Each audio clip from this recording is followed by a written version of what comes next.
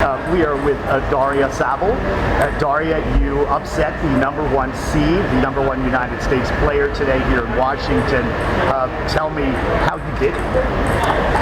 I played really good. I think I stayed really composed, and it was a really hot day today. The heat rule was in, so I thought in my head, while we were playing the first set, I was like, okay, this is really, really important to win the first set, because I think it would be really hard to stay composed for anyone at trying to come from behind in the second set.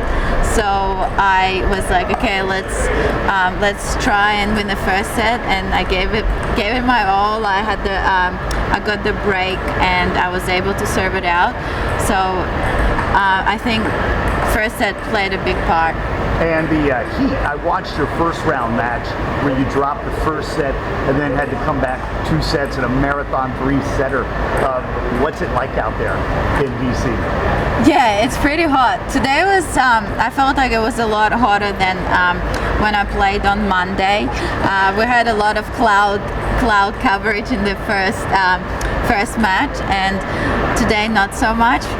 So yeah, it's really difficult, especially I just came from Melbourne winter. Right. I was training indoors in the pretty much ice box there.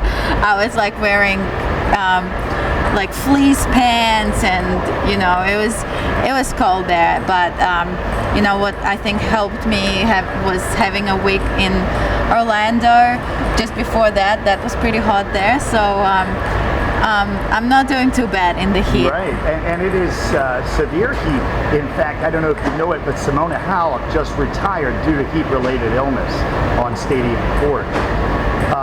You talked about in press that anytime you're at a tournament, you'd like to win that tournament. Mm-hmm. How do you feel about your chances here?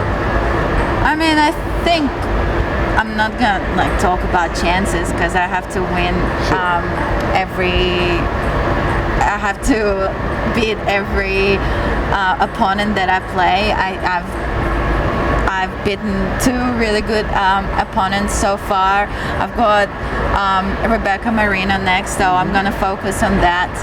And I definitely want to win the tournament, and but I'm gonna focus one match at a time. Sure.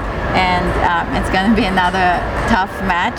I've never played Rebecca before. I've never even practiced with her, so it's gonna be interesting. It sure is. Now, let me just go back just a little bit. You were the last winner of the Connecticut Open. I missed that tournament. It was one of my favorites. And then I don't think I was the last one. Were you no? No. One more before it? I think there was one.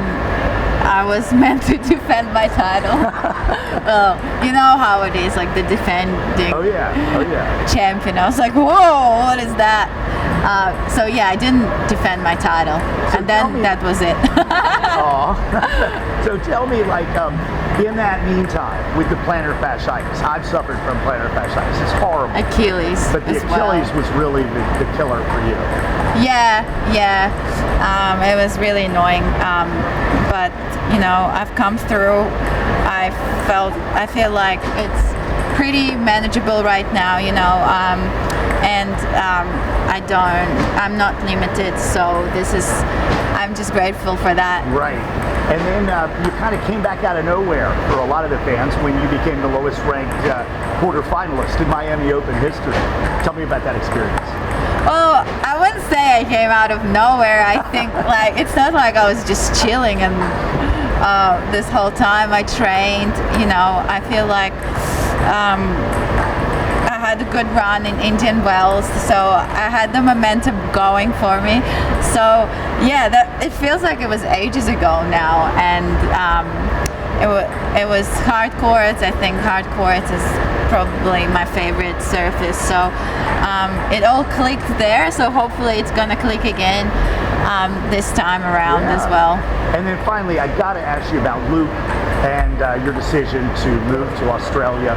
Obviously, it was an excellent decision. Would you agree? Yeah, for sure. I remember actually tweeting ages ago, the best decision I've ever made was moving to Australia. I guess I made that decision, when I was 18. So like pretty big decision as a like I guess an adult in Europe. So yeah, I'm really happy to be in Aussie, and I really love living in Melbourne. And you know, me and Luke always like talk about the future, and we love Melbourne, so we're not going anywhere. Well, how cool is it to have your spouse on the tour with you? Does that? It's pretty handy, you know, and especially that he obviously understands what I'm going through. I understand what he is going through. I don't feel guilty, you know, like that sometimes we don't see each other, sometimes our schedules don't align because we are, you know, we try and do our best with our careers. Like I would have felt pretty you know, pretty bad if someone was like waiting for me in Melbourne. They had like a normal job, but yeah, pretty handy. Very good. And obviously some weeks Luke has a good run, the doubles or singles, and other weeks you have a good run, and so it all works out. It all works out in the end. That's fantastic. Best of luck going forward. Your play has been dazzling in the first part of this week. Thank you.